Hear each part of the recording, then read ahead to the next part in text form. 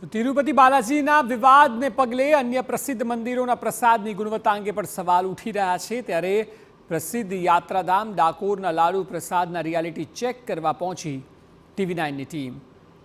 પ્રસિદ્ધ યાત્રાધામ ડાકોર સાથે લાખો વૈષ્ણવોની પરમ આસ્થા જોડાયેલી છે। દરરોજ હજારોની સંખ્યામાં ભક્તો આવે છે। એમાં પણ પૂનમના અવસરે તો અહીં આવનારા શ્રદ્ધાળુઓની સંખ્યા લાખોને આંબી જાય છે અને આ લાખો શ્રદ્ધાળુઓ અહીંથી અચૂક તેમની સાથે જે લઈ જાય છે તે છે લાડુ પ્રસાદ। રણછોડરાયજીનો લાડુ પ્રસાદ દરના લાડુ તરીકે પ્રસિદ્ધ છે। મંદિર ટ્રસ્ટ દ્વારા રોજ 10,000 લાડુનું નિર્માણ કરવામાં આવે છે અને વિવિધ ઉત્સવોના અવસરે આ સંખ્યા અનેક ગણી વધી જાય છે। હાલ જ્યારે પ્રસાદની ગુણવત્તાનો મુદ્દો ચર્ચાનું કેન્દ્ર બન્યો છે ત્યારે મંદિર ટ્રસ્ટનો દાવો છે કે આવો પ્રસાદ બીજે ક્યાંય ન બને। રણછોડરાયજીના દરના લાડુ 1 વર્ષ સુધી બગડતા નથી અને તે જ તેની ગુણવત્તાની ખાતરી આપે છે। તિરુપતિ મંદિરના પ્રસાદનો વિવાદ સતત વકરતો રહ્યો છે। સીટની રચના કરવામાં આવી, ક્યાંક જે બનાવનાર કંપની છે તેને પણ સોકોઝ નોટિસ આપવામાં આવી છે। ત્યારે સૌથી મહત્વનો પ્રશ્ન એ છે કે ગુજરાતના જે પ્રસિદ્ધ મંદિરો છે જેની અંદર પ્રસાદનું વિતરણ કરવામાં આવે છે। અત્યારે આપણે આવ્યા છીએ ખેડા જિલ્લાના પ્રસિદ્ધ યાત્રાધામ ડાકોર રણછોડજી મંદિરમાં। ડાકોર રણછોડજી મંદિરમાં લાડુનો પ્રસાદ વિતરણ કરવામાં આવતો હોય છે। કઈ રીતે લાડુનો પ્રસાદ બને છે, કેટલા સમય સુધી તે ખાવાલાયક હોય છે, કયા દ્રવ્યો અને પદાર્થોમાંથી બનાવવામાં આવે છે, આપણી સાથે મેનેજર સાહેબ જોડાય છે, તેમની સાથે વાત કરીશું। સૌથી સર મહત્વનો પ્રશ્ન કે જે ડાકોરના લાડુ છે એની વિશેષતા શું છે, કઈ રીતે બનાવવામાં આવે છે?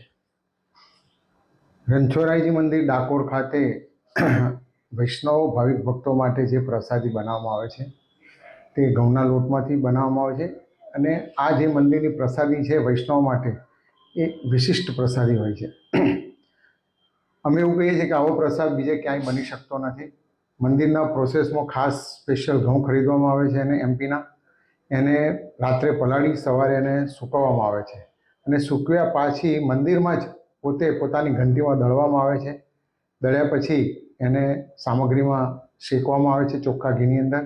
મંદિરમાં હાલ અમૂલનું ચોખ્ખું ઘી વાપરવામાં આવી રહ્યું છે અને એ લાડુ બન્યા બાદ એને ઠારવામાં આવે છે। ઠાર્યા પછી ઠરી ગયા પછી એના પિત્તળના તપેલામાં ભરી અને એકે એક લાડુ ઠાકોરજીને આરોગવા માટે રજૂ કરવામાં આવે છે અને ઠાકોરજી આર્યા ગયા બાદ એને પેકિંગમાં મોકલવામાં આવે છે અને ત્યાં એને ચોકસાઈથી પેકિંગ કરવામાં આવે છે।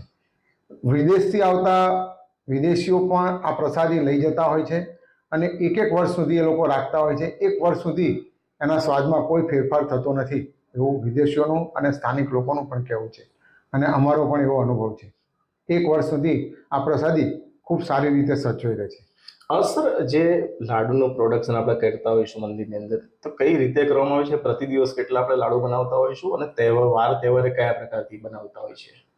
દૈનિક 10,000 લાડુની ગણતરીથી અમે અનુમાન કરીને બનાવતા હોઈએ છીએ।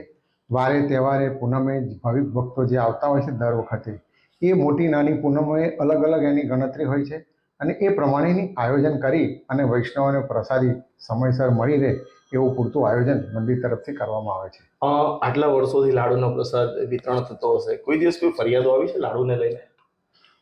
આજ દિન પર્યંત લાડુ માટે થઈને વૈષ્ણવોને મળતા પ્રસાદી બાબતે થઈને એક પણ ફરિયાદ અમને મળેલી નથી અને લોકો આ લાડુથી ખૂબ ભાવુક થઈને લઈ જતા હોય છે અને એને વિશિષ્ટ પ્રસાદ તરીકે ઉપયોગ કરતા હોય છે। હાલમાં પ્રતિ નંગની કેટલી કિંમત હોય છે લાડુની? હાલ લાડુની કિંમત નથી હોતી। ભેટ મૂકે એના સ્વરૂપે, ભેટના બદલા સ્વરૂપે લાડુની પ્રસાદી આપવામાં આવે છે પણ એક એના સિસ્ટમ માટે થઈને 20 રૂપિયા ભેટ મૂકે તો 1 લાડુની પ્રસાદી આપવામાં આવે છે।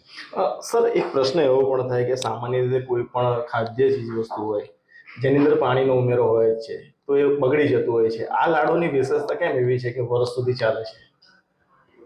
આ લાડુની અંદર પાણીનો ભાગ સહેજ પણ ઉમેરવામાં આવતો નથી। એની અંદર ઘી, લોટ, મોરસ, ઇલાયચી, જાયફળ, બરાસ આ જ દ્રવ્યો નાખવામાં આવે છે જેથી પાણીનો ભાગ નહીં હોવાના કારણે તે લાંબા સમય સુધી સારું રહે છે। ખેડા જિલ્લાના પ્રસિદ્ધ યાત્રાધામ ડાકોર રણછોડજી મંદિરના લાડુનો જે પ્રસાદ આવતો હોય છે તે લોકોના જીભે પણ એટલો જ જોવા મળતો હોય છે કારણ કે ધર્મ સિવાયના પણ કેટલાક અન્ય ધર્મના નાગરિકો પણ આ પ્રસાદ મેળવતા હોય છે, કારણ કે જે રીતે તેનો સ્વાદ હોય છે તો અન્ય ધર્મના લોકો પણ તેને આરોગી રહ્યા છે. ધર્મેન્દ્ર કપાસી, TV9 ખેડા. દાવા મુજબ દરના લાડુને બિલકુલ પણ પાણીનો સ્પર્શ નથી કરાતો. અમૂલના શુદ્ધ ઘીમાંથી જ લાડુ બનાવવામાં આવે છે.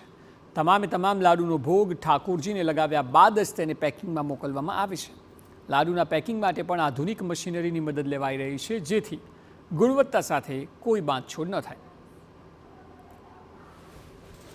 અને દૂધની સામગ્રી જોડે બનાવવામાં આવે છે અને અમૂલનું ઘી વાપરવામાં આવે છે. શેર લોટ હોય તો પોણો શેર ઘી નાખવામાં આવે છે અને જેટલા લાડુ બને કે એ સામગ્રી બન્યા પછી ઠંડી પડ્યા પછી એમાં ઇલાયચી, પછી બરાસ, જાયફળ એ બધું મિલાવવામાં તેજાના આવે છે. અને દાખલા તરીકે 1 લાખ લાડુ બનાવ્યા હોય તો 1 લાખ લાડુ પણ પિત્તળના તપેલામાં માણસો દ્વારા ઠાકોરજી સન્મુખ ધરાવવામાં આવે છે. એ ધરાવીને એને પેકિંગ કરવામાં આવે છે અને વૈષ્ણવને પ્રસાદ રૂપી આપવામાં આવે છે. 1 વર્ષ સુધી લાડુ ન બગડતા હોવાનો દાવો જ જાણે રણછોડરાયના પ્રસાદની ગુણવત્તાની સાબિતી આપી રહ્યો છે.